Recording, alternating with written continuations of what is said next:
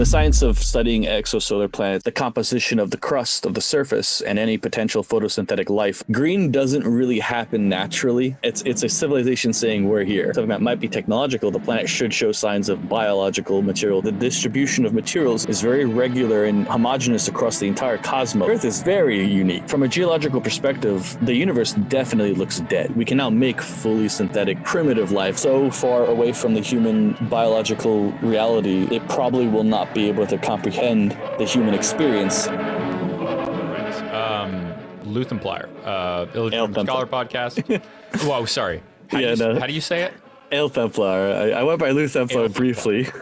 I tried to be a Lutheran for 6 months and gave up, and then went back to Catholicism. And Aelthemplaer is a reference to Aelth is like an old English spelling of the river Leith in Greek mythology, and Templars. I like Templar Knights. Every episode you do with Jay Burden, he still says Luthemplaer. Yeah, it's on purpose. He's doing it wrong on purpose. Oh, dude, that has been so confusing to me. Okay, but look, you're an architect, right? Yeah, unlicensed, but all I have to do is take an exam to get licensed. But I'm too lazy. I'll do it eventually. Dude, this is Illegitimate Scholar. We don't care about licenses or credentials. That's the whole point. I was actually talking to an archaeologist yesterday on Twitter, and he was like, he started talking about like he said to me like, oh, you only took one undergrad class in maritime archaeology. And I told him that's not true. And then I like told him, but I have 3 bachelor's degrees. I got 3 bachelor's degrees in 4 years. While I am the Illegitimate Scholar, right? Like that's the point. I do love traditional school. Like I got anthropology, history, and education, 172 semester hours in 4 years because I love the school. I love it. I actually do. Even traditional school as well. It doesn't like. I also love learning outside of that, but I. Like, and then I tell him this and he's like, why aren't you putting your credentials? Like, why don't you make it public on your page? And I'm like, that's the whole point, dude. Like, I don't want to have my credentials be the thing that people see. I want like the content to speak for itself. And it's not like I hide the fact that I have degrees. I just don't put it in my bio on Twitter. Yeah, I've only done that once where like I was debating somebody like 2 or 3 years ago and they were like source and I gave them like my own article. It's like I'm the source. Literally. That's terrific. But no, like yeah, I mean, I got to the PhD level. I was doing while I do architecture, I did minors and I declared minor in bioengineering stuff and got sucked into a PhD program to research genetic engineering for architectural materials because it was the research cost was very low when the supply of tools was high during COVID, so it was easy to do that research. I could basically pay a lab to like engineer a microbe for like $400, and like that's really nice on a grant. But I quit that PhD. I quit that PhD because it was in Europe, and for some reason, in Europe, architecture is regarded as an art rather than a science, and you can't get science grants for art projects. And I really just wanted to do science. I didn't care about the art. So I was like, there's no point for me being here. I'll just take my research and leave. Yeah. Okay. Wow. That I had no idea about that. So does that tie into like material science? Yeah.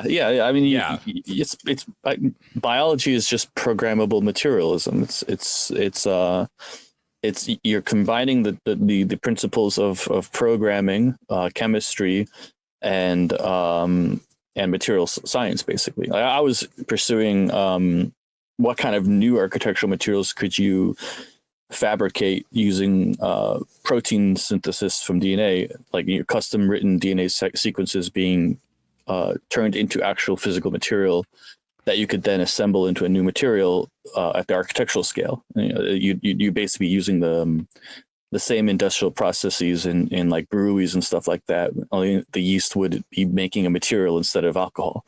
Good Lord. Yeah. So that's one of the traditional sciences. Like obviously, archaeology is a science, although I'll say on Twitter that it's not to screw with people.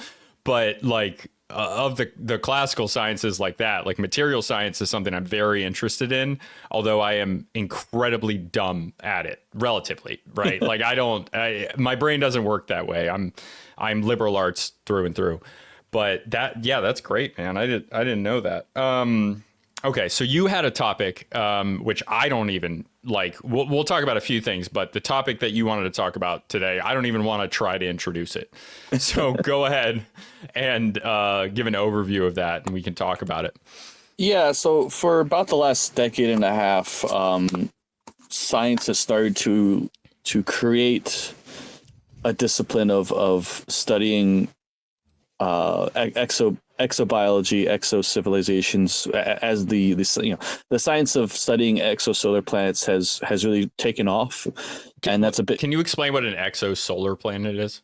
Yeah, exoplanet. Sorry, yeah, like a planet outside of the solar system orbiting another star. So that very rarely a telescope studying a star back in the 70s and 80s and 90s, they would occasionally detect dips in the light, and it was thought back then this is probably an object blocking the planet ever so slightly. These dips were only like 1%, 2%, things like that, like very, very small dips of light, but they happened with rather regular pattern, and so it was thought this is like you're catching the eclipse of the planet in its orbit.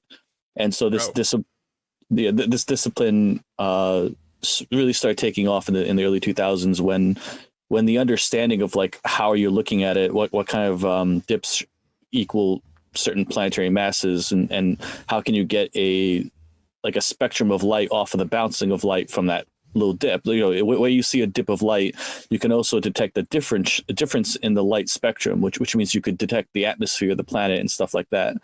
And so this really started a kind of like a science of studying planets that aren't in our solar system by studying the light dipping to determine size and mass, the light refraction to determine the chemistry and any potential biological markers. And so they copied a large amount of the science from geology, chemistry, physics, and things like that in order to really like establish like what are our principles for doing these elements, like these paths of research. This might be a dumb question, but how do they differentiate like light flickering between that and just like a solar flare or something? Like, wouldn't there be a range of light that you would see? Yeah. When the dips aren't present, you still see the sun that's in the background of the planet, and you can take the spectroscopy of that sun to see what it's made of. And that's just a wavelength across the electromagnetic spectrum. So then you can take the values of that wavelength and subtract it from the values of the wavelengths when the dip is occurring, and then you get a spectrological analysis of a planet's atmosphere. And granted, this is only valid for planets that actually eclipse their stars from the perspective of our planet. So this can't be, if the solar system is oriented in a polar orientation, i.e. you're seeing like the southern hemisphere of the star or planet, you can't do this method because there's never any eclipsing of the light. And you have to use other methods they're still in their infancy to try and find light by other means. So how do you know? Or how common is that then? How common is it for it to be in the correct orientation from our perspective? Oh, very common, because we are in the plane of the galaxy. So anything within our same... Oh, right. It's like flat. Right. Yeah, it's very difficult to do it in other... But... Yeah. So because our galaxy is a flat spiral for the most part, anything that is within our plane is visible. But, there's thickness to that plane. And anything north and south of our orientation, if you will, is not going to be very practical to do that. So we can mostly study any star that is like within that angle of light vector that eclipses the planet and hits us.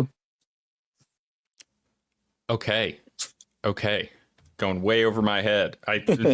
Not entirely, but okay. And sorry, just continue. Yeah. So over time, the telescopes and computer systems have gotten more sophisticated now that you can start doing surprisingly precise analyses of atmospheric composition for planets.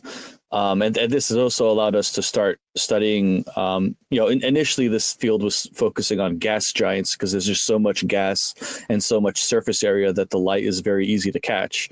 But as precision has increased, they've started applying it to planets roughly the size of the Earth or double the size of the Earth. You might have heard the term super Earths. These are planets that are slightly larger than the Earth, still solid. They have a slightly thicker atmosphere, so you still get like a greater girth of light, if you will, bouncing off the atmosphere. As a vector. So you can imagine a photon contains a specific wavelength dependent on the matter that it came from. This is quantum physics, basically. A photon in quantum physics is just like, it means that there's a measurable finite quanta or a particle that you can take data from. It's not a blurry like wave that's difficult to find. I mean, it is both a particle and a wave, but when the photon hits a molecule in the atmosphere, it enters the molecule and changes its configuration to whatever the chemistry of that molecule is. Or I should rather say element, because these can only be done with really like the specific proton, neutron, and electron combinations that hits. And so the wavelength of light coming to you, it will always be whatever it last came into contact with. It takes the information of what it collided with, which is really that's really cool. That's like really cool. Anything light hits, it tells you what it hit, which is like a really cool concept to think about. I did not know that. This is using all 17 of my brain cells right now. I didn't know that. That's awesome. Yeah, light always tells a story. In the architectural discipline, this is really cool because you can control it more with what materials the light hits, and you can for us as sentient creatures, we can control our emotions with what colors we see, what scents we see. So in cathedrals, famously, they would control the built environment with what light was saying to your soul, essentially, which is I found that very beautiful. But that's more social science ish. Yeah. So I know that part. I knew that, but that's awesome. You base off of those, they're medieval principles that were refined into a very technical fashion in the 19th century. So spectronomy, I always get spectronomy and spectroscopy confused. That they're related. They're basically the same. They're not really the same thing, but essentially, just think, regardless of what term I might accidentally use, I'm talking about the wavelength of light as it collides with an object and tells you what it collided with. So those principles are now being used to measure the atmospheric composition of planets light years away, and essentially create something of a three-dimensional map of what planets might be potentially habitable. The next phase of that science has now been based off of these composition maps, based off of these calculations of mass and gravity and atmospheric composition. Can we potentially start refining this data to find signs of life? There's a very good blog by a website. I think it's Paul Gilster. He runs Centauri Dreams. He's like I think he's an astronomer. I forget, but he wrote this really good article on. And this is probably like a decade ago. Let me see. Not a decade ago, but 2017. He wrote an article detecting photosynthesis on exoplanets, and this is part of an ongoing theoretical way of evaluating. Well, we can bounce light off of photosynthetic molecules here, and get a very, very defined map of what kind of wavelengths light gives us. We can then compare those wavelengths to light bouncing off of other planets far away and see if there's any similarities. And if they are similar, it's very likely that planet has photosynthesis, like life. So far, not really any evidence has been found, but it is the method is well defined. The data that would confirm it is well known. And so nowadays people are trying to think, well, unless these photosynthetic biosignatures are in the upper atmosphere, it's not likely we're going to be able to get much data off of a planet. And from if the light's bouncing off the upper atmosphere, it's not going to show us photosynthesis unless there's something in that atmosphere doing it. So there have been thoughts of how can we actually get the the signatures for photosynthesis off of the surface of the planet rather than the atmosphere, because the surface is where obviously the photosynthetic plants are going to be. And so rather than looking at the dips during eclipses between the sun and the planet, there has been an attempt to measure the light bouncing off just before the dips, when the light coming to us has a greater surface area. You can imagine if you imagine in your head there's a sun, and in front of that sun there's a planet in eclipse. The planet's dark, and you're only really seeing that ring of fire of eclipse as the planet is crossing over. So you only really get that very thin ring of fire to measure composition from. But if you imagine something like during the waning and waxing of the moon, where there's a greater surface area visible right before the eclipse, right before the new moon, that's a greater surface area that you can evaluate the light from. So if you could measure the light right before the eclipse shows a dip in the wavelength, you would get a greater evaluation of light from the surface area of the planet rather than the atmosphere. That is very difficult, because obviously while the light is hitting the ground and bouncing back to you, a large amount of that light is also hitting other particles in the atmosphere. So like if you're in orbit above the Earth and you're seeing green on the Earth, you're also seeing a lot of blues as the light hits a plant, turns green, hits a molecule of oxygen or nitrogen or something, it turns blue or something else. So most of the light that comes to you in orbit above the Earth is losing the information that it's green life. It's instead giving you the information that it's like atmosphere, oxygen, stuff like that. So this is why if you look at pictures of the Earth from the International Space Station, there's a blue hint, like a blue tint to the images, because a large amount of the light that's coming to you from the ground bouncing up is also hitting the atmosphere and giving you that blue tint. So you have to find a way to subtract the blue tint from the collisions between the ground and the atmosphere and only get the light molecules that are hitting the ground and passing through the atmosphere seamlessly. That's a lot of information, sorry. No, it's okay. It's okay. Again, all 17 brain cells are on overdrive.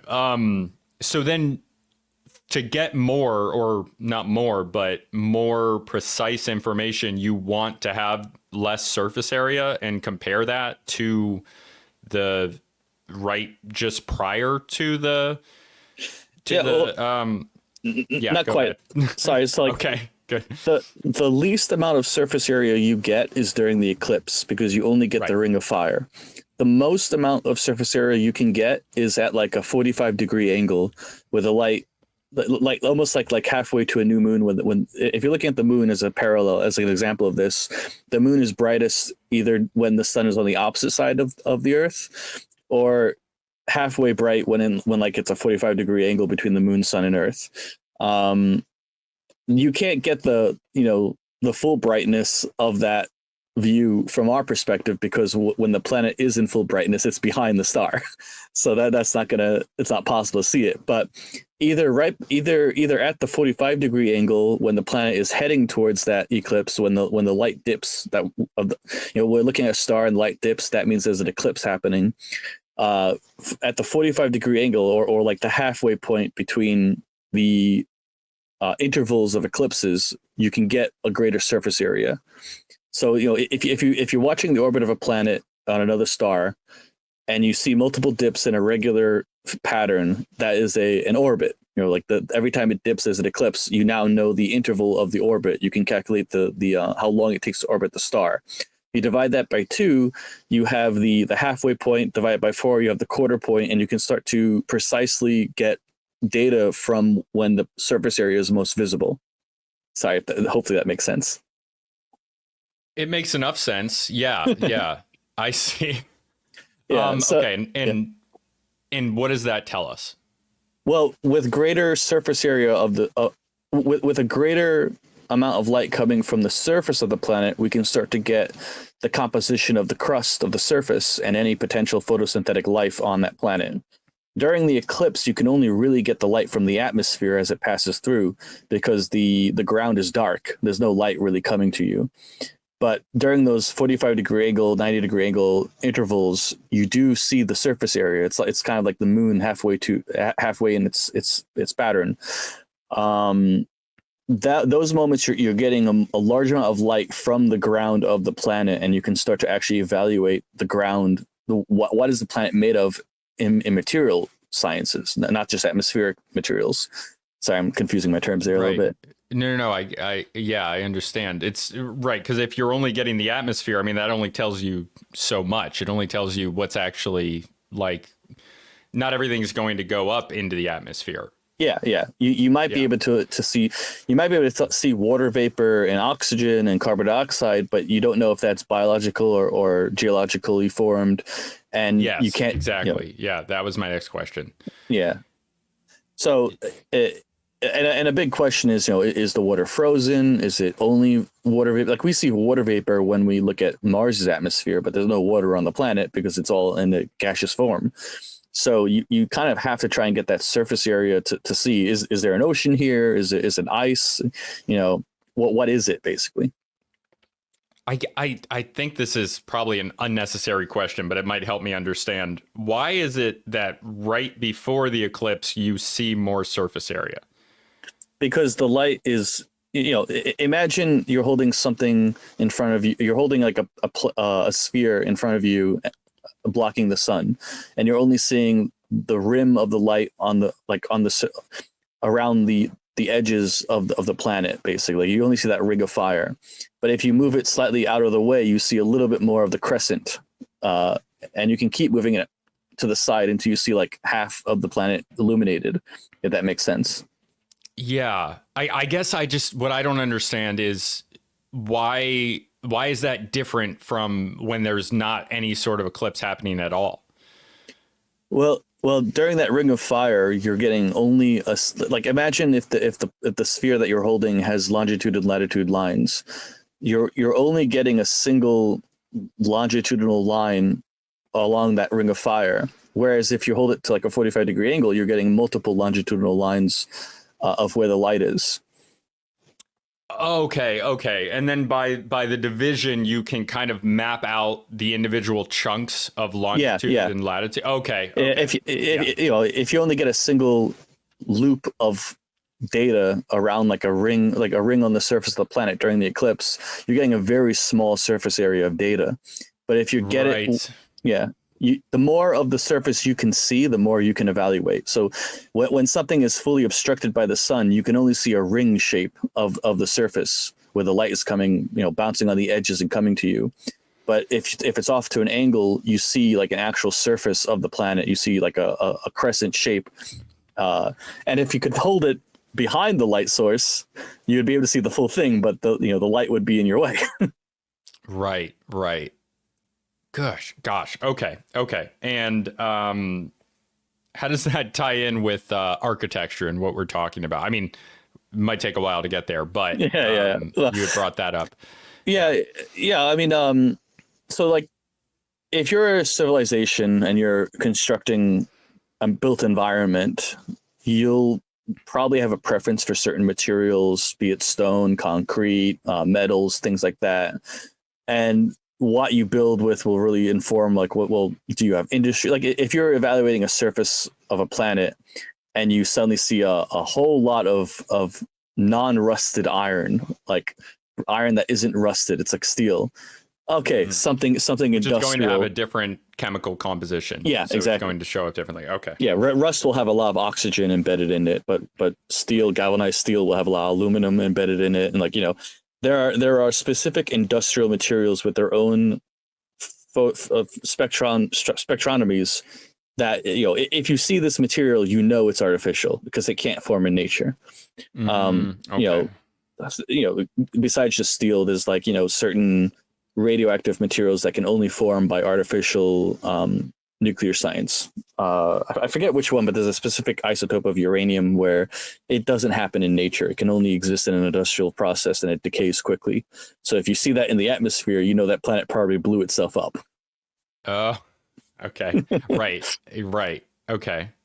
Again, Paul Gilster,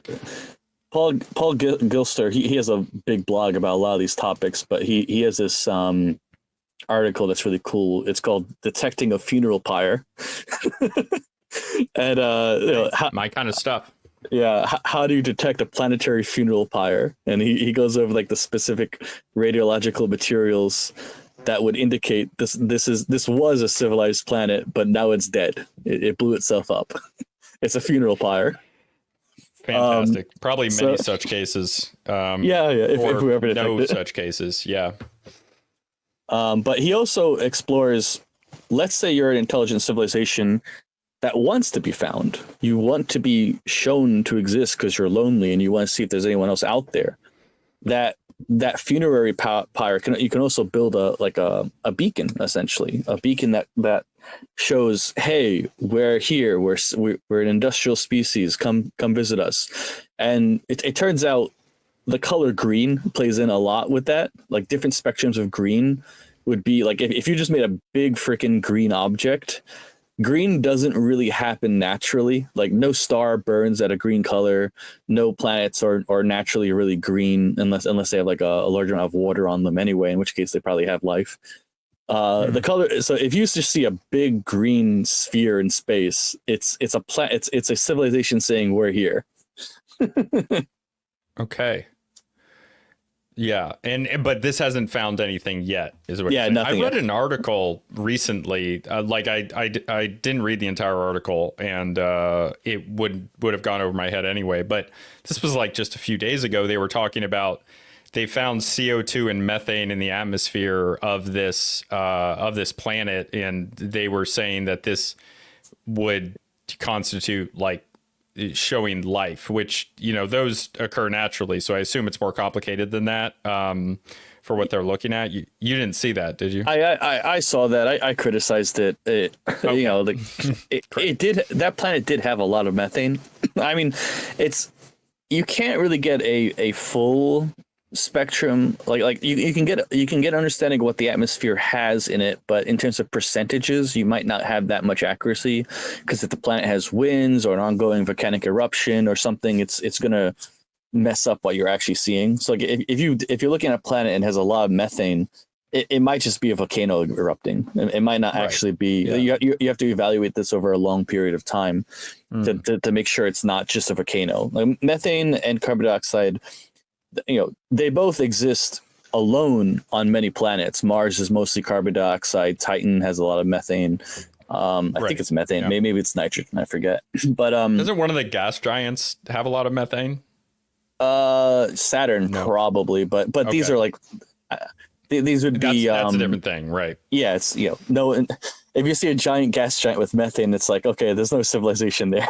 Yeah, But yeah. Unless it's you know, very different from our own carbon-based life form, right? But yeah, and that's there's a an lot of important thing. assumptions built into this, really. Yeah. What we're looking at would primarily be life like us rather than something else. If it were a methane-based life form or a silicon-based life form, it may use entirely different materials. Or like and a that, transformer-based life form. That would be cool. You'd have that. yeah, robots. Decepticons. Yeah. Sorry. No worries. But like finding methane and carbon dioxide together would indicate something is maintaining that balance. Because if I remember correctly, methane. Oh, Yeah, but methane. If I remember correctly, if it's something in the temperature range of Earth, it typically gets broken down into hydrogen and carbon dioxide. So if something's making methane, to sustain it in the atmosphere, it might be an industrial process. You might be detecting a civilization, but you also have to ask what civilization would want to pump methane into its atmosphere? Probably a very primitive industrial civilization. yeah. If I remember correctly, the amount of methane detected on that planet was something like 3%, and Earth only has like 0.0017%. Yeah. So Okay, right. I mean, 3% would kill us, right? I think so. It's a very unpleasant experience for Hurt sure. us at the very least. Yeah, and it would be like a huge greenhouse gas. Like you're really talking about something like, you know, and when these percentages are spoken, there's also usually a caveat that's, you know, 3% parts per billion or parts per million, which is my chemistry is a bit rusty. But I'm pretty sure that would mean that it's like out of a billion particles, 3% of them are methane. So it would be still like a lot lower than than what's actually 3%. But still, okay. it's a significant amount of methane that does beg the question, well, why isn't this methane breaking down from solar radiation into hydrogen? What's sustaining this methane production? Now, that area is still very in its infancy, because we know methane can be produced geologically, but it wouldn't be infinite. So a planet that's geological enough to create that much methane would have run out a long time ago. So it would have been a recent geological activity and a massive geological activity rather than a continuous geological activity like on Earth. Like the Earth's tectonic plates are always releasing gases, but like, you know, our planet is almost out of helium. So within the next few centuries, our geological activity will no longer produce helium in our atmosphere because it will have run out. Which is kind of fascinating that we live at the specific time in our planet's history where helium is running out. It's going to disappear. It will have to get it from space. I remember reading that like 10 years ago. And you know, they're still putting it in balloons, even though it has a lot of like real functional properties, like important properties that we could use. So it's probably not wise to continue to waste that, but regardless. I mean, there's plenty of it in space, but you have to get it here. Right. It's probably very expensive. And that's another technological signature. If you're seeing a lot of material in an atmosphere that you only really see from asteroids, it would suggest either a lot of asteroids are colliding with this planet, or there's an industrial asteroid mining going on by a civilization. You know, and you'll notice that a lot of these, there's like the two possible solutions are extremely different from each other. Like, oh, it's just a natural process. Oh, it's a centuries old civilization. Those are very worlds apart possible answers. And so scientists tend to want to err on the side of caution. So their gut instinct is to try to find a natural explanation first. And that is my inclination. Yeah. Like we kind of accept the fact that life seems to be rare in the universe, if it exists at all outside of the planet Earth. But as a result of this presumption, and it's a reasonable presumption, you know, if you look at all the planets in our solar system and all the various diverse ecosystems that exist in our solar system on all these planets, only one has civilized life. And even on that planet, civilized life is limited to a few areas where the climate allows for it. Like you don't see New York City in like the desert unless it's like a lot of capital going in to make it so. Yes, the entire Arab Peninsula is that. Well, not the entire thing, but and so if you were to try to find a civilization, you have to bear in mind not only is it going to be probably only limited to a specific area, a specific kind of planet, but only a specific area on that specific planet. So it's a very like needle in a haystack situation where trying to find that technological or biological signature is going to be incredibly hard to start off. So precision is really the goal in a lot of these approaches, because the more precise you can get, the more likely you're going to find the winning marker. And this might be a good transition to the topic of like life in general. How would you evaluate that? A good book that goes over this is A World from Dust from Ben McFarland. He's a geologist who's written a number of theoretical approaches of how would you go about detecting biosignatures for life. Before you even try to find a technological signature, you're probably going to want to verify it by seeing if that planet has any life to start with. Like if you see something that might be technological, the planet should show signs of biological material too.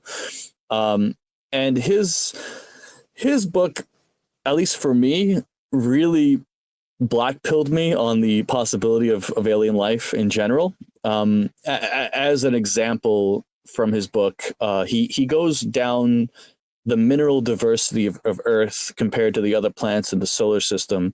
And he has this very important point that I haven't seen this very often discussed, but in geology and other rock sciences, they use the term species to talk about specific minerals, not species in the biological sense, but species in the kinds of rock sense. So a different kind of like mineral compositions.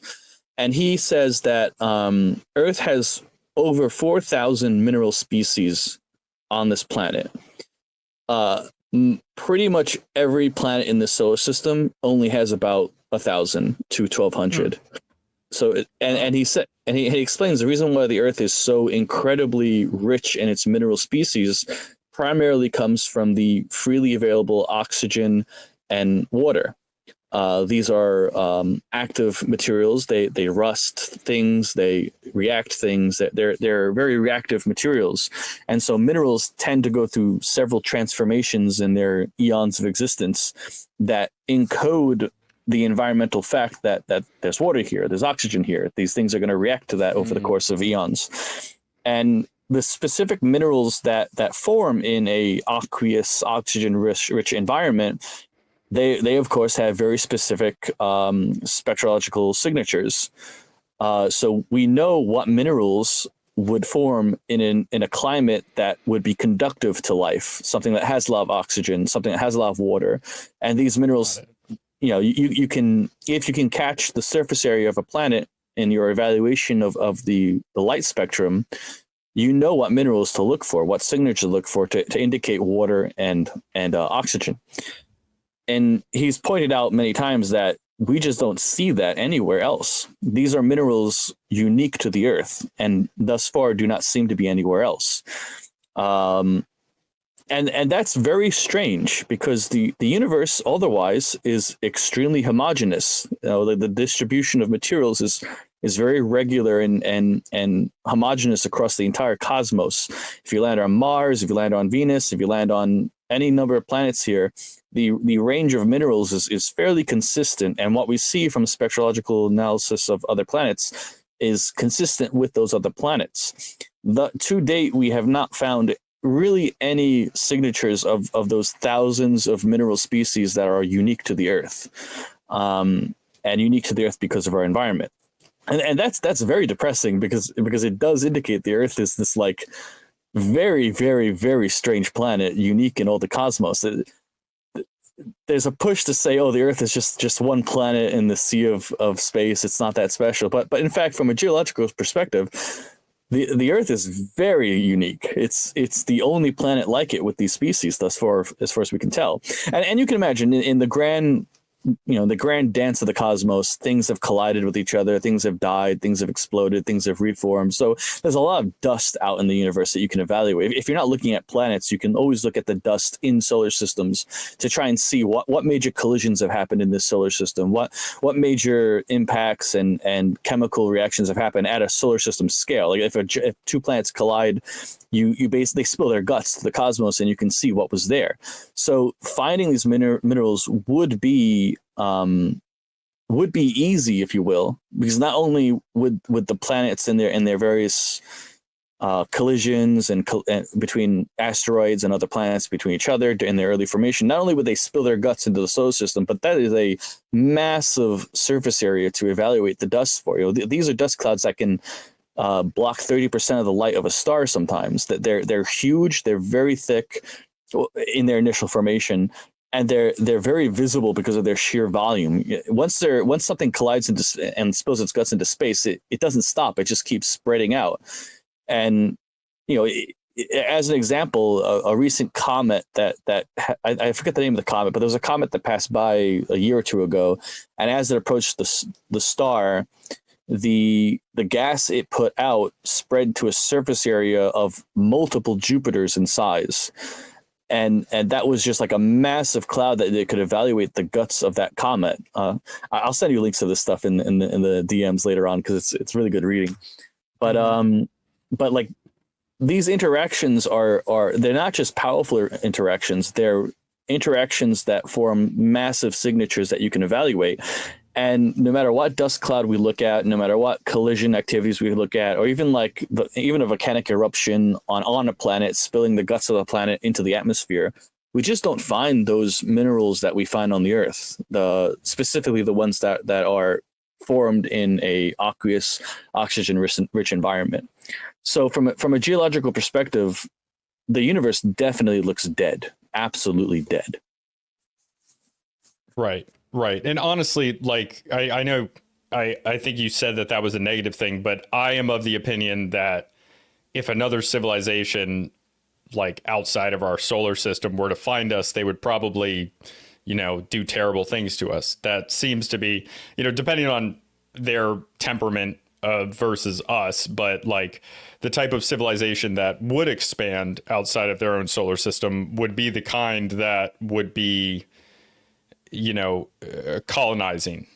Yeah, Right. yeah. So like it's a little scary to think about that, especially when their nature would be like their nature, their demeanor, their culture would be so different from our own.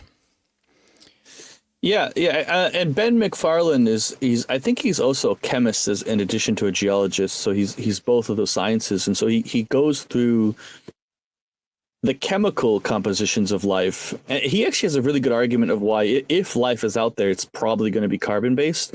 He goes through the chemical reactions and molecules that form from silicon, and while some of them display lifelike parallels to carbon-based molecules, they have certain limitations that would limit them to probably just cellular life. Like if silicon life existed somewhere, it would probably remain molecular, cellular, and if it went multicellular, it would have to find some kind of transformation to allow carbon-based higher order proteins to be formed. So you'd imagine the silicon-based life would essentially wrap itself in a shell of carbon-based organs. Simply because of the limitations that silicon can form. Silicon can form similar parallels to carbon-based biological molecules, but there's a limit because it's not the same molecule. It's not the same element. It doesn't have the same properties fully. And he also goes through, I think, methane-based and even he goes through a few different elements on the periodic table, exploring. Yeah. Okay. And these are like elements that people have theorized could possibly sustain life besides carbon. Yeah, and methane and you can make these molecules from these elements in the lab and test out their reactivity and how much they can behave in a simulation like biological life. And we're at a technological level where we have created fully synthetic cells. We built the DNA from scratch. We put it in a bilipid layer, and we basically create a protocell that can make proteins from its artificial DNA code. So we got a pretty good grasp on how life works. We can now make fully synthetic primitive life, and probably in a few years you'll see the birth of the first fully synthetic cell that can self-reproduce. Oh God, I hate that. Okay. Yeah. Well, it wouldn't really be like synthetic in the sense that it's just a normal cell, but the DNA was produced in a lab rather than extracted from a living cell. Like it's not. It would just be that cell, whatever we copy. Okay. So the cell itself would reproduce, but not. It wouldn't have evolution. It wouldn't like. Well, it would, but it would just be. It would just be a normal cell. Like if you wrote the whole DNA code in a machine, and it spit out the DNA code, and you put that into an artificially built nucleus and wrap that in an artificially built bilipid layer for its membrane, it would just be whatever cell that DNA was copied from. It would just be that cell. It wouldn't be like Grey goo or something. It would just be that cell because it's still just carbon. Right, and it wouldn't then obviously turn into multi-celled life forms. It would just replicate itself as a cell. I feel like there's multiple Futurama episodes about this.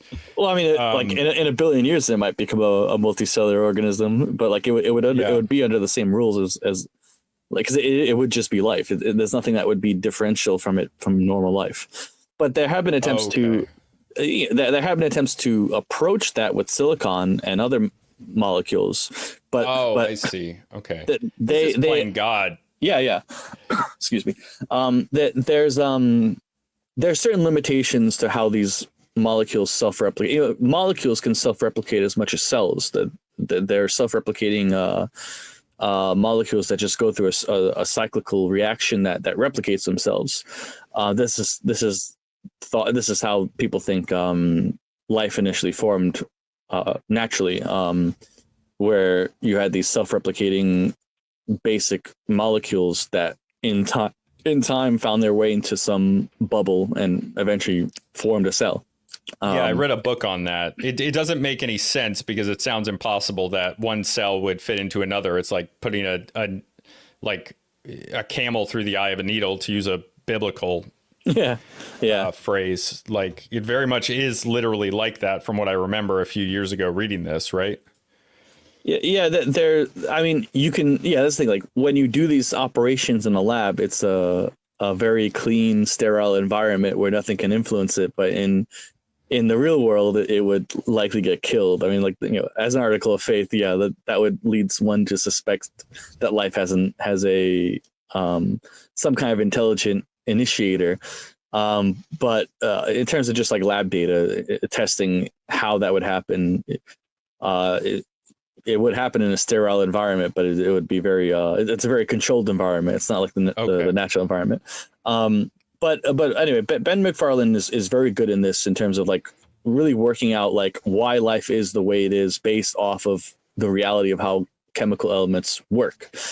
He goes through a lot of different chemical elements and where they're used in life today in terms of like why Earth probably is the only planet with life on it, because the elements formed in the order and time that they did, not formed, emerged from like, colliding asteroids and meteors and stuff like that, and geological activity. But he's a very good writer. He goes down pretty solid. It's very rare for academics. Yeah, very solid technical information in terms of how life probably can only be like how we see and why it probably isn't anywhere else. I mean, from a purely, fan of sci-fi, it's sad. Yeah, so from a science fiction perspective, it's sad because we're probably going to have to be the first aliens. We're probably going to have to be the ones that see the universe with this thing we call life. But at the same time, that also means we get to set the rules. Whatever we leave behind as a civilization, like thousands of years in the future, if we're permitted to last that long, we get to set the standards, the rules, and the order that the universe will grow life over. Like we get to do that, so we better set it right. Yeah, we or the technocrats in San Francisco get to do it, unfortunately.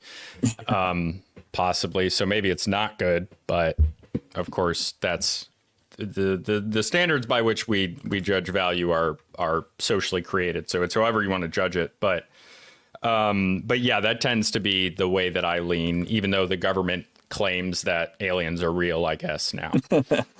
Yeah. So I wrote an article on Substack. There were two articles that are opposing each other. One is alone, and the other one is what if we're not alone.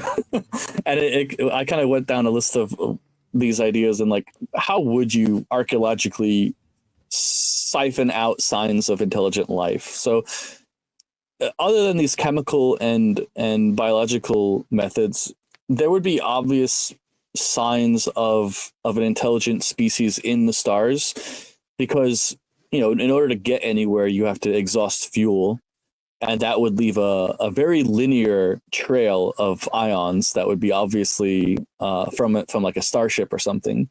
And if you were somehow advanced enough to manipulate gravity and bend space-time so that you could like surf space-time and travel at light speed, you would see as that starship traveled through the cosmos, you would see a linear bending of light where it went, because as space-time gets bent, the light going through there would get bent around it. And so from our perspective, we ought to see these streaks of light refractions that like a wake like a ship traveling through the ocean. But the closest thing that we have found to this are called cosmic strings. And these are like, if you imagine you're looking through a pair of glasses and there's a crack through the glass, you'll see a little bent image in that crack where there's an obvious deformation in the glass, and that crack forms this little sheared image, a cut, if you will. And cosmic strings, we haven't clearly detected them yet, but they do seem to possibly exist. And if it's not natural, this might indicate a starship. This might actually indicate something surfing on space-time. Because you can imagine the amount of surface area you have to bend. The amount of space time you have to bend to have your starship fall into a gravity well and accelerate without using fuel, that would have to be orders of magnitude equal to planets in terms of gravity, but somehow you have to do that without having the mass of a planet. And there are theoretical ways of doing this with very, very, very intense focusing of light, because light has energy, and if you can intersect light beams precisely enough and intensely enough, the intensity of the intersection of multiple light beams would bend spacetime, and your ship would fall into that bending.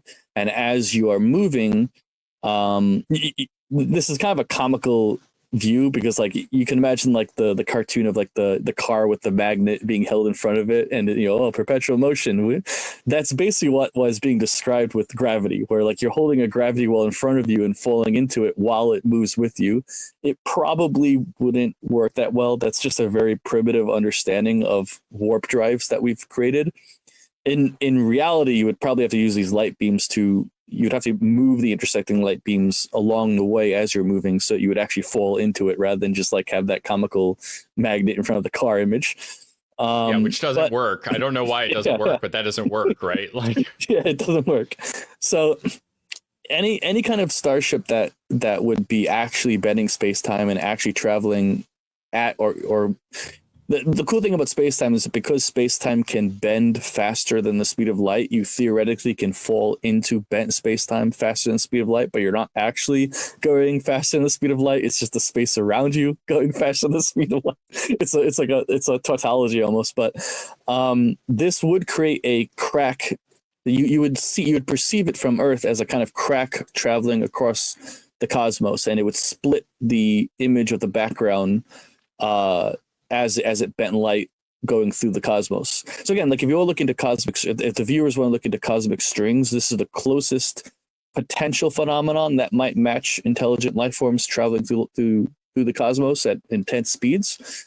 And that's assuming that's the method they're using to travel. Like, aren't there other theories about like, there's some Star Trek stuff on this about like moving like wormholes and crap like that, or is that just complete bunk? Well, wormholes are not yet known entirely. Wormholes, the physics and math are known, but the evidence that they exist in reality are not observed. So we wouldn't know. When they first started studying the nature of space-time, you might have heard the term that the universe is flat, and what this basically means is that there is no real significant differentiation between space-time itself. One area of space looks the same as another area of space. There's just the gravitational constant going on everywhere. You only really see gravity wells near planets and stars, and nowhere else. Black holes too. But a white hole has never been detected. Wait, a white hole, is that another name for a wormhole? Yeah, like a black hole a black hole absorbs all the matter around it. A white hole ejects all the matter coming out of it. And white holes are mathematically possible, but have not ever been detected. Whereas black holes have been observed, or at least, obviously, you can't observe a black hole because there's no light, but you can observe the things around it. The absence of light, yeah. The absence of light indicates a black hole of some sort. And the thing about black holes and very extreme celestial items also is that they produce quite a bit of antimatter. So if an intelligent species existed, they would want to industrialize this as a very easy way of getting antimatter. But we don't really see the antimatter being collected at all. It just kind of shoots out from the black hole like an oil spring, just pouring. It shoots out from the antimatter. Yeah, right. Yeah, in the intense energy around the poles of neutron stars, black holes, anything that has a massive gravity well, matter is shredded in such a way that it composites. It could be. I forget how. I think if I remember correctly, the intense gamma rays split atoms into matter and antimatter, and you can find these like streams of antimatter flowing from the polar regions. If they're oriented towards us, you get a little bit of antimatter hitting the atmosphere, causing gamma ray bursts. But to date, only like pockets of these antimatters have been detected. Although recently, anti-helium has been detected, which is anti-helium. Yeah, which is very interesting because that is usually antimatter is only detected in the form of anti-electrons and anti-protons, but this was an entire anti-molecule, which was like people thought, well, this must be intelligence because it can't form naturally, but they evaluated the source and I think it was just a magnetar or something. A what? A magnetar? That sounds like a Pokemon. A magnetar is a star with such an intense magnetic field that it will rip electrons off of atoms. Oh my God. Yeah. Okay. So anything that gets by there just gets shredded by the magnetic current. They usually spin extremely fast because the rotating cores generate the magnetic field. And I might be getting some of these terms wrong on the details because it's been a while since I studied the specifics. But essentially, magnetars are stars with such intense magnetic fields that they are stripping the electrons off of matter around them and radically shredding matter all around them. They're in the process of chaotic self-destruction, if I remember correctly. But and this would be a stage that would come about eventually. Like it would be a stage of a star of a particular size. I know that different size stars end their lives differently. Is that the thing? Yeah. I think magnetars are typically pulsars that are spinning very, very, very fast. I'll just Google it really quickly because I can't really remember. But they are very fascinating. It's a type of neutron star with an extremely powerful magnetic field. The magnetic field decay powers the emission of high energy electromagnetic radiation, particularly X-rays and gamma rays. And as those gamma rays hit matter, they split matter into antimatter and matter in the form of like as the larger element is decayed into a smaller matter, some antiparticles are created from that inversion. And can we harness this to produce alchemy? Probably. That's the most important question, I think. Yeah. So okay. Anyway, so these are like natural factories of very valuable materials, and so if there was interstellar civilization, you would expect to see something around these stars, either collecting them, evaluating them, studying them. You can view them as like, if you're in the middle of the Western United States and you're heading to the Grand Canyon, you would expect to see tourists, right? You would expect to see people wanting to see this mysteriously large thing that's naturally there. So one of the ways in which people think that you can potentially find intelligent life in the universe is what are the natural wonders that an intelligent species would want to look at? Maybe we can catch a tour bus going there. Right. Okay. So sort of like space tourism towards natural phenomenon in the universe. That's the idea. Yeah. Okay. And one of the coolest things about this, so there is there's a star called the Methuselah star. Have you heard of this? No, I have not. It is a star which is 14 billion years old. Oh my gosh. Okay, that's older than our solar system. Right? The initial results showed it was older than the universe, which is not possible. Right, right. But then they extended the length of the universe. Yeah. A second evaluation showed it was 13.7 billion years old. But the point is that this star is so old. It's older than our solar system. It's older than our galaxy. It is so old. It's unbelievable. It's like seeing the entire history of the universe, basically. And it's one of only a handful of stars that have been detected that are this old. And it just so happens to only be like I think it's only like 200 light years away. It's not far away. Okay. Let me see where it is. And Methuselah was a figure. Yeah, he's the oldest person in the Bible. Okay. Perfect. Yeah. Love that. Love that. Love that there's nerds in science that are relating it to history and theology. So out of all the stars billions of light years away, it just so happens that one of, if not the oldest star is 200 million light years. Not 200. It's only 200 light years away from us. And so you would, because it's so close, you can do some pretty precise calculations on this star. And so you would expect, oh yeah, we just so happen to have the oldest star in the universe in our back door, in our backyard. You'd expect us to find a lot of, if aliens existed, they would be evaluating the star because it's the oldest star in the universe. And at least so far, so far that we have detected. But we've detected, we've studied like tens of thousands of stars, millions maybe even, and this is like by far the oldest. And you would expect to see like, well, someone would want to look at this thing if they could travel through space, because this would have a lot of information on the earlier universe. Like this star has a very unique composition to last this long, because it should have gone supernova by now or done something, but it just so happens to have it's calm and stable enough that it just keeps chugging along. Wow. Yeah. That's very strange. Why? Okay. But is there some sort of selection bias that like maybe there's more stars like this, or like because we can tell more about it because we can tell more about it, we were able to find out that it was that old, or is that information pretty obvious? So we can tell that even farther away than 200 light years. So stars that are older, like they're called population 2 stars, they have very specific compositions because of their old age. Like they've just been doing fusion and fission for so long that they all tend to have the same composition. And again, this is just because they have been doing fusion for so long. The material that makes up ordinary stars is very different. This star has already burnt through long ago, I think, all of its hydrogen and helium. It's I forget what it's actually like. It's a star that isn't, I don't think it's burning helium anymore. It's like gone on to the heavier elements. Okay.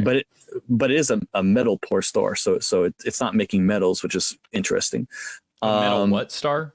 Metal poor star. So it's a star. Okay. Yeah, stars typically make metal in their late life, and so this star doesn't have any real metal indicated in its spectronomy. So there are some mysteries with the star that might indicate something might have mined it at some point or something like that, or probed it. Who knows? But still, you would expect something this old to have like scientific research bases around it, traveling distance. Like if something was in the stars, they would want to visit this star. They would want to be there, and they would leave they would leave evidence that they were there. It's like one of those goalposts in the universe, that if you're trying to find intelligent life and you're going off the goalpost method of like, this thing is a wonder in the universe, people are going to want to go here, we should find something here, but it's nothing. It's just a star. so that's a star. That's another indicator that we're probably the first intelligent life, and we're probably alone, sadly. And well, not sadly to me, but I'm just going to make that clear. And that makes sense. Like that, because we're younger, like our solar system is younger than most of the universe, right? Yeah. Is that fair to say? So like that's another reason why I feel like this is just not plausible, unless they're hidden from us. And they would have, if there's a civilization that could have come about, it could be millions of years ahead of us in evolution if they didn't destroy themselves. So like the technology that they have, just to some anthropology stuff, like a cargo cult is very well known. Like, Europeans, they go to Melanesia and they share their technology, their like vast physical goods that we have, and it's that is fit into the culture that is, primitive is kind of a dirty word in archaeology for good reason, anthropology for good reason, but like non-arbitrarily they are like less advanced. There's no linear trajectory of civilization, but we have things that they can't even like, they've never seen a factory, they can't comprehend it. It's not because they're stupid, it's because they have no cultural understanding of these things. Yeah. So I feel like the possibility of an alien species being, even if they are carbon based and very similar to us, even if we presume that, like, the technology that they might have is so far past, or could be so far past what we have, that it would just, we can't even comprehend it. Right? Is that fair? Yeah, like one of the big technological signatures that are looked for are Dyson spheres. You probably know what that is, right? No.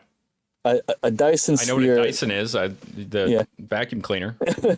A Dyson sphere is a structure or a series of structures built around a star to harvest all of its energy. Oh, I do know what that is. Yeah. Okay. Yeah. There are you might have heard the term Dyson cluster, Dyson ring. They go through different names. I just don't remember the term, but I definitely have read about that.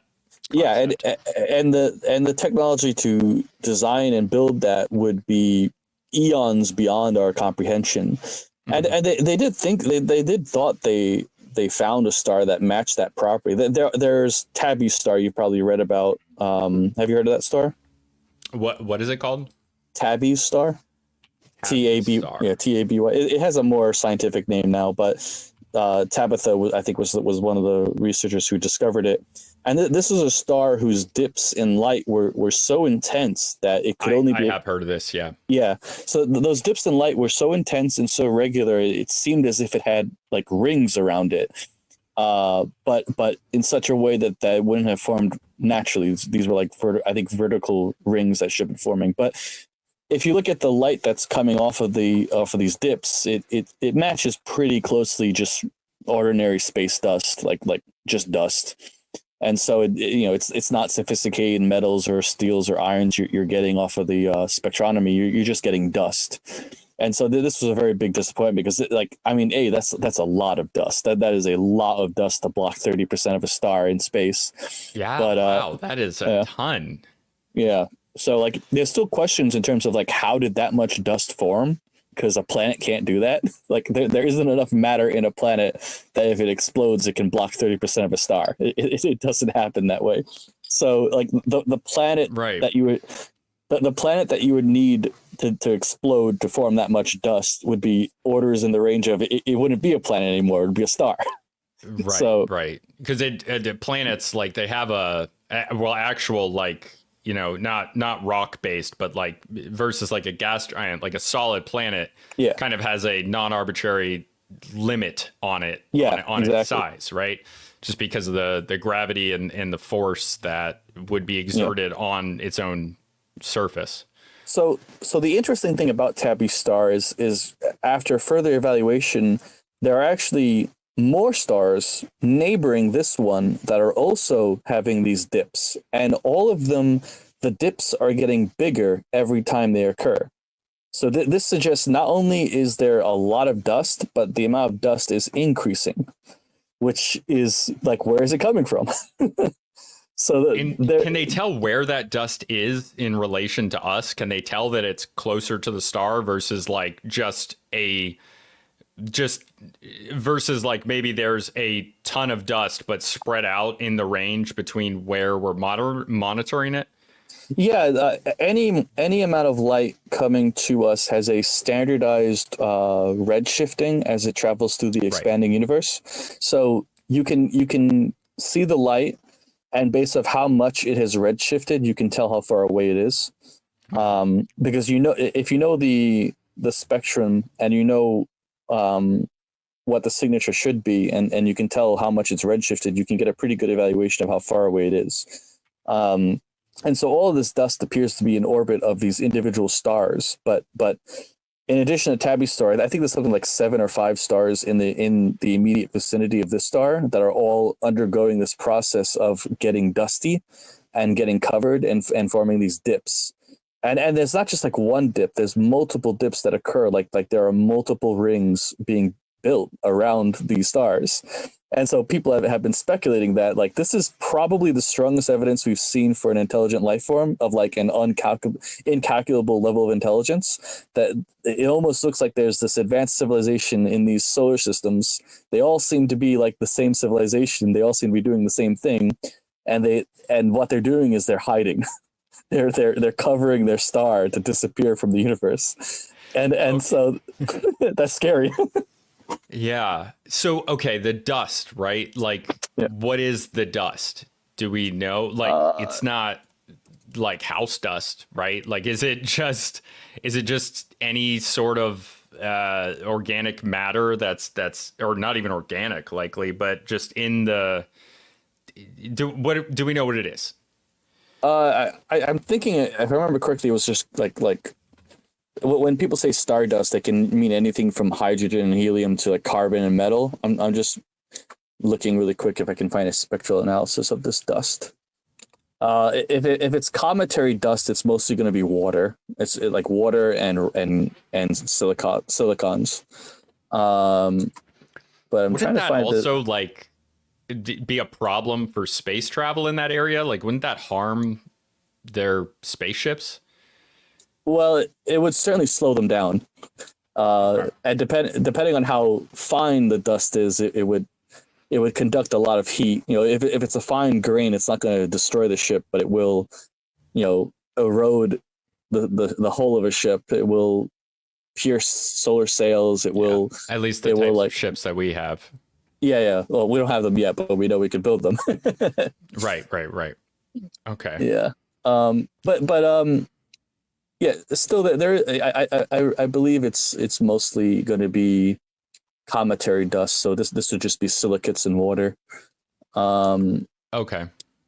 I'm trying to find any specific data on it, but it does appear to just be cometary. So like the materials coming off of this star is essentially just comet dust. And so people have speculated, well, the only natural phenomenon known is just a lot of comets, but like the amount of comets you need to block out that much sun, that's a lot of comets. That's like right. The mass of you're talking about like multiple planetary mass. No, I don't think it's like a small star, like a Jupiter, slightly bigger than Jupiter. Okay. But like the amount of mass still a ton, though. Yeah, like how do you get enough water and silicates to make multiple planets just all be there and like growing too? It's like a mystery. Couldn't they just be like finding asteroids in the area and vaporizing them, but then you have to like move the matter, I guess, in the right position? Yeah, I don't believe there's any nebula in that area. It just seems to be that area of space. The stars have a lot of cometary material. They just have a lot of comets. The term that's been used is like it's a comet storm, which is like there are comet storms where you have a couple of hundred comets, but this would be like a couple of billion comets.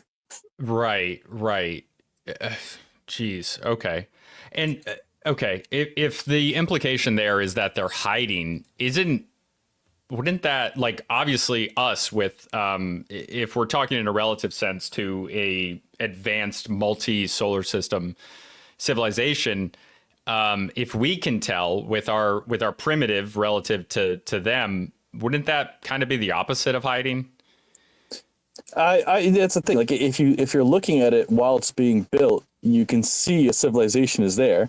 Oh. But once it's complete, the starlight would be blocked, and you wouldn't be able to see a star there. It would just be empty space. Oh, okay, I understand. Yeah, so a completed Dyson sphere, like an actual solid Dyson sphere, would completely obstruct the starlight, so that it just seems to be a gravity well. Like nobody would be able to really detect that a star is there unless they were looking directly at it and noticing the tiny bending of light around it.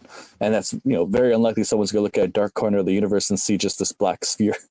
Right. Yeah, I was looking up, so the materials are silicon, carbides, graphite, aluminum oxide, and aluminum. So you can say those are building materials for sure, but they're also they're just cosmic dust as well. Right. Yeah, that makes sense. But that is interesting.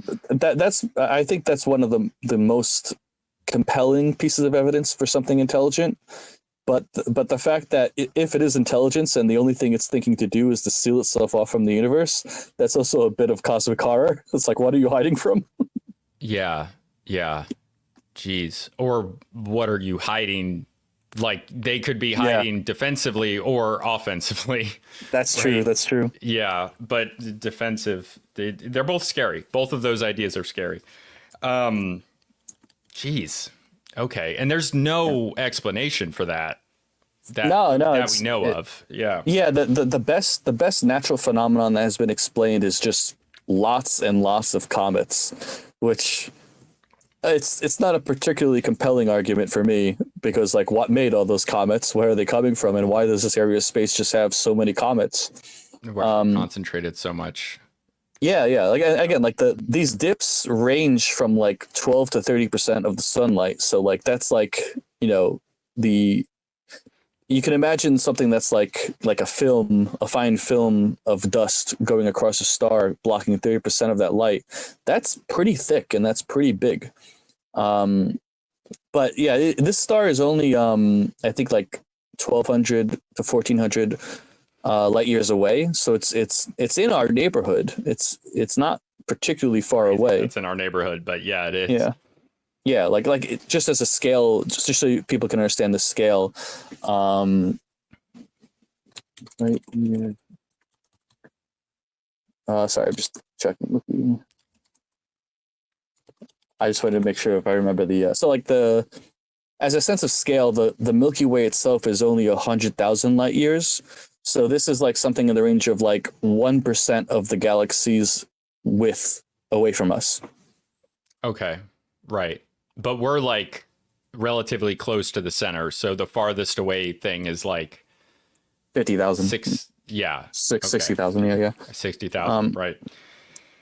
We're not quite in the center. We're in like the middle. Right, so probably 40,000. I forget. But yeah. So I guess at this point I can also mention like my favorite book, sci-fi story, Three Body Problem, the trilogy that explores this concept. Problem? Yeah, like it's a trilogy of books from China that explores some of the negative sci-fi, if you will. Like, Star Trek would be like a positive vision of sci-fi. This is a negative vision where it explores like why life would be violent and why what would cause life to become violent and like imperial and like evil and stuff like that. And when was that written? I think it was like back in 2007 or something. Okay. Yeah, it's like not old, but it's not young. It's like, it was only translated to English, I think, in 2014 or something like that. So it's a fairly new book in the Western world. Netflix did a little series on the first book that was decent. I think it captured some of the playfulness of the books, but it didn't quite tap into the horror of the books. It's very difficult for Western media to understand China, which is why Kung Fu Panda is such a great movie. But yeah, sorry, continue. No. So this book is interesting because it assumes a few things about intelligent life forms in space that limits the story scope and limits its timescales. So one of the rules that the author had was that the civilizations he's going to write about can't go faster than the speed of light yet. So his civilizations, they're limited by the speed of light. They're limited by their own cultures and internal politics, and they're limited by like biology in the sense that like if something is so far away from the human biological reality, it probably will not be able to comprehend the human experience, and likewise we probably won't be able to understand it.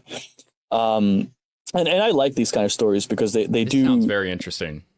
It was a very, I mean, as a philosophical and sociological and archaeological work, this trilogy was great. I'm sorry, what was it called again? I'm sorry to interrupt you. The Three Body Trilogy. Three Body. Yeah, that's what Yeah, and so the first book is called Three Body, The Problem. The second book is called Dark Forest. The third book is called Death's End. And each one he has different rules. But for the first two books, essentially, like none of the aliens can breach the light speed barrier, and the biology is such that they will not be. There's no real practical way of understanding each other through language. There has to be some kind of like mediator to understand each other. And so he designs these aliens called the Trisolarans. Santi is what they call in Chinese, and I think the Netflix series kept the name Santi. And so these aliens are they're kind of like a mix between squid and bugs, in the sense that they evolved as a hive creature, but they also communicate by patterns on their skin. And so what you never actually meet them in the books. You never get a clear picture of them. You only get like sparsing details of them through limited interactions. So it's kind of like left up to your imagination as to towards how horrible or not horrible they are. But one of the things that is projected is that because these aliens like wear their thoughts on their skin, they don't know how lying works, because all of their thoughts are on their skin. Like they can't hide their thoughts. That's very cool. Yeah, it's a good limit. It's a good limitation used as a literary device to explore like what culture and archaeology would form from a civilization that they don't need writing. They can just read each other's skin. They don't need if you have your cultural heritage written on your skin, you don't need to write a history. It's just there. You can just see it. And so he has these things that make these aliens like actually alien. And not only that, but they kind of don't understand why humans write, why humans hide thoughts. And this actually becomes like initially when the humans and aliens are like starting to communicate with each other, there are assumptions each build into what the other is like. And as those assumptions are broken, the trust breaks down very quickly. So I think that in the first book, a very bitter woman is because she's in communist China, so her family got killed and everything. Cases. Yeah, so she makes contact over a radio dish, and the communication takes every 4 years. So it's a very slow form of communication. There's a lot of room for misinterpretation because of that slow speed. And so initially, like she kind of like tells these aliens, our planet's screwed, we need someone to fix things, and the aliens interpret this as an invitation to conquer them. Gosh, yeah. So but like she kind of wants that to happen too. And so there's this like this it's fun because like as a sociology device, like how do you communicate with someone where you can only send a short statement every 4 years? Because you can't really have a conversation. You can only like give statements to each other, right? It's not fast enough that you can hold a conversation. And like, after a few years, you're probably talking to someone else entirely because the person died because it's so long. But the aliens in that book essentially view humanity as this like stupid thing that can be maybe useful. And once they discover humans can actually lie, they don't understand what lying is, and it kind of like terrifies them that there's a species that can hide their intentions. That's like a concept that's alien. So like they get freaked out by this biology, like they get freaked out by human biology, and they decide, no, we have to subjugate this because anything that can lie can destroy us. And so it's a very good book in the sociological perspective in the first book, and then the second one kind of goes into more archaeology in terms of how, in the first book there's only 2 alien species. In the third book there's more, and in the third book, second book, third book, there's a lot more, and every time he expands the scope, the differences in biology add up. I think the first book's title is a bit of a tongue-in-cheek joke where like, two bodies can have order, but 3 bodies create chaos in a dynamic system. So like once you introduce a third body, it just goes everything. There's no order possible in there. um, That's very Chinese. That's yeah, very like yeah, Lao Tzu idea. yeah. But it is a Very, good book, yeah. and one of the things that the trilogy explores is once that trust between cultures breaks down.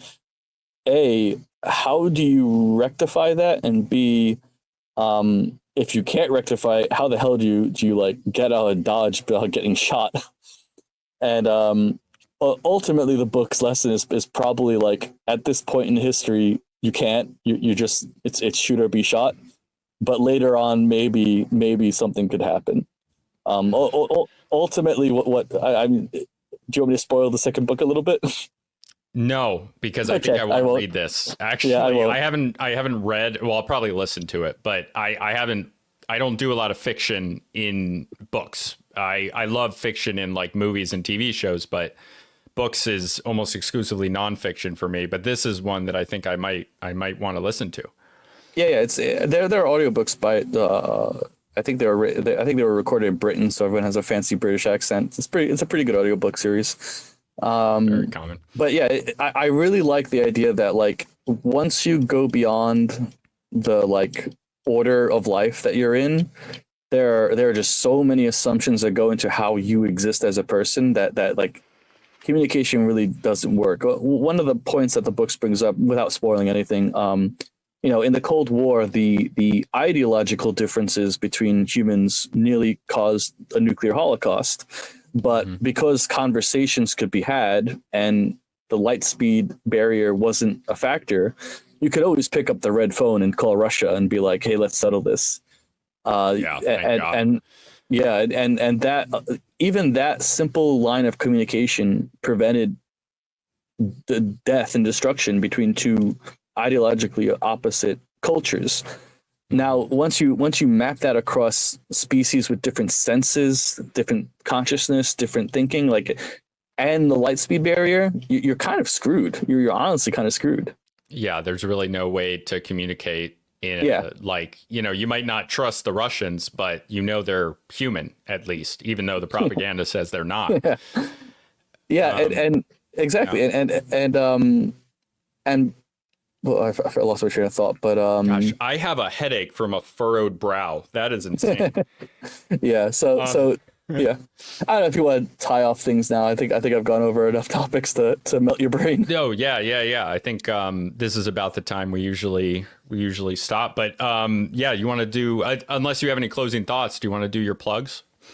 Yeah, my Substack is just my name, aelthemplaer.substack.com. I don't write as often as I should, but I do want to get back into it. My Twitter is same name, mostly shit posting. I'm gonna try to be a little bit more serious and scientific and not just like playing off of politics. I'm so done with politics in general. I kind of just want to focus on art and art and history nowadays. It's But fine. Yeah, it's good. I should probably do less shit posting myself because I think, especially people that I may be opposed to, like archaeologists, I think not all archaeologists, of course, because they come on the show, but like, I think that people see me on Twitter and they think I'm different than I am on like my long form stuff. I'm very, very different. Like I'm much nicer, I would say. yeah. Sorry, continue. No, you're right. So I mean, my Substack has no shit posting. It's actual like real history, archaeology, and architecture. I go over like a lot of things related to like Native American cultures, Asian cultures, and classical Roman cultures because I have a big fascination with before the show we were talking about I'm very fascinated in Korean history just because of the very defined historic epics. They went through different modes of existence between monarchy, constitution, communism, capitalism, and just like the way their entire order of civil, like the way their entire society will change for these orders when they arise and fall. It fascinates me. It has a very profound impact on the architecture of that country. And likewise, I have a fascination with Native Americans because of the like, how did they deal with the Europeans? Did they integrate? Mhm. Did they resist? Did they collapse and disappear from history? And before the show, I was mentioning the Think people in Newfoundland, and the fact that these people that had direct interactions with Vikings centuries before the Europeans later on arrived, they went extinct, and so all of their traditions and stories and how they felt about the Europeans centuries before the English and French arrived, how they felt about the Vikings, those stories are all gone, and that's just a tragedy to me. We have no idea what they thought. Well, what were their feelings? How did they deal with it? Like, was it peace? Was there war? Like, we just don't know. It's all gone, and I find that tragic. But like the other peoples around there, they have like their experiences, and I find the architecture of Native Americans very fascinating because of just America has so many different climates, and the architecture adapted to so many different modes of existence that a lot of this specific thing with Native Americans. Yeah, it's just fascinating. So from an architecture perspective, I love writing about it because it's just like all of these modes of existence that existed before the West got there, and like, is there anything we can learn? Because when we got here, we just did log cabins, and it took us a while to realize that log cabins don't work everywhere. Right. Yeah. Whereas you have like long houses and it ties into the culture, like long houses versus wigwams and then teepees, which are nomadic, like innately, and then you have planks with the Pacific Northwest and pueblos, and it's awesome. It's absolutely awesome. All of them a part of their environment. I actually did a thread a long time ago about unique McDonald's restaurants that are in places that require architecture to be a certain way. So where the McDonald's fits in with the local architecture, which itself fits in with the local environment and the resources they have there, versus which is on one of the big themes of the podcast, which is the homogenization of everything and the destruction of the diversity of culture. That's I gotta find that. That sounds like a good thing. And then like I also read about it too. I also read about the Dark Ages in Europe just because I am very fascinated by how these half civilized Germans came into this advanced civilization and domesticated its corruption as well as were domesticated by it. Unlike the Mongolians conquering China, there's a lot more writing in terms of how the Germans, maybe not, maybe I just haven't read enough Chinese sources, but in terms of like the Western experiences, I find the history of the Goths very fascinating. How they go from this like peripheral people to a Roman police force to a ruling party in the course of like just 100 years, and how their modes of being on the little island of Gotland in Sweden or Norway, I forget where it is, and how that was but yeah, maybe I'm wrong. Oh yeah. But like how those modes of being on that little island were projected and refracted through the Roman world, and how they try to maintain their culture while conquering this rather homogenous empire. And like that became like a large source of the differentiation, the bifurcation of a lot of European cultures. But I read a lot about those three areas. I just looked it up. It is Sweden. I was thinking of a different island. Okay. But yes, that's and by the way, in anthropology, and you probably know this, and I talk about it relatively often, but islands are known for being extraordinarily weird. Yes. Like they produce very weird cultures. There's a personal example for me of like the people that lived on Fisher's Island, which is off the coast of Connecticut. Sardinia is very weird and unique. For some reason, more so than Corsica. I don't know why, but Sardinia has like ancient pre-Indo-European genetics and weird history. And then there's the Mycenaean Greeks on different islands. Yeah. And there's where the Haida live in the Pacific Northwest on that island.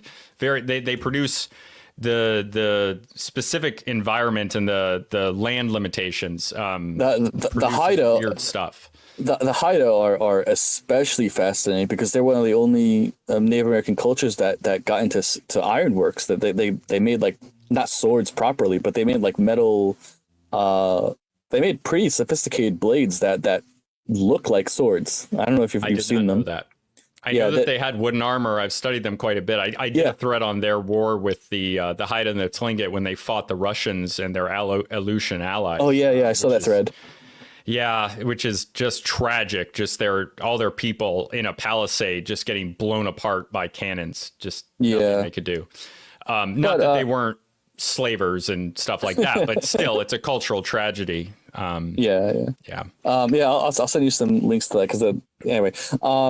Yeah. So I'm an architect, but I really like the history and archaeology around it that informs the architecture. That like, where does the architecture come from? These experiences, Gothic architecture, Native American architecture. That there are embedments from those experiences and histories that get into the way they build a built environment.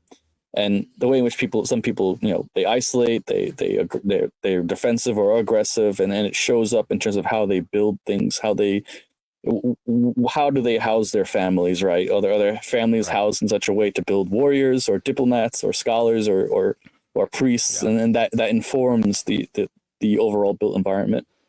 Mm-hmm. Anyway, absolutely. Yeah. I would love to have you on again. I wanted to have you on for a while. I've just I was kind of slacking for a little bit, but I'm recording 3 episodes and I've done 2 live streams just this weekend. So it's I'm getting back into it. So as long as you want to come back on, I would love to have you back on again, because I think there's a lot of overlap in what we study. Find a Substack and topic like that's what Jay Burden does. He finds a Substack article and asks me to talk about it on his streams.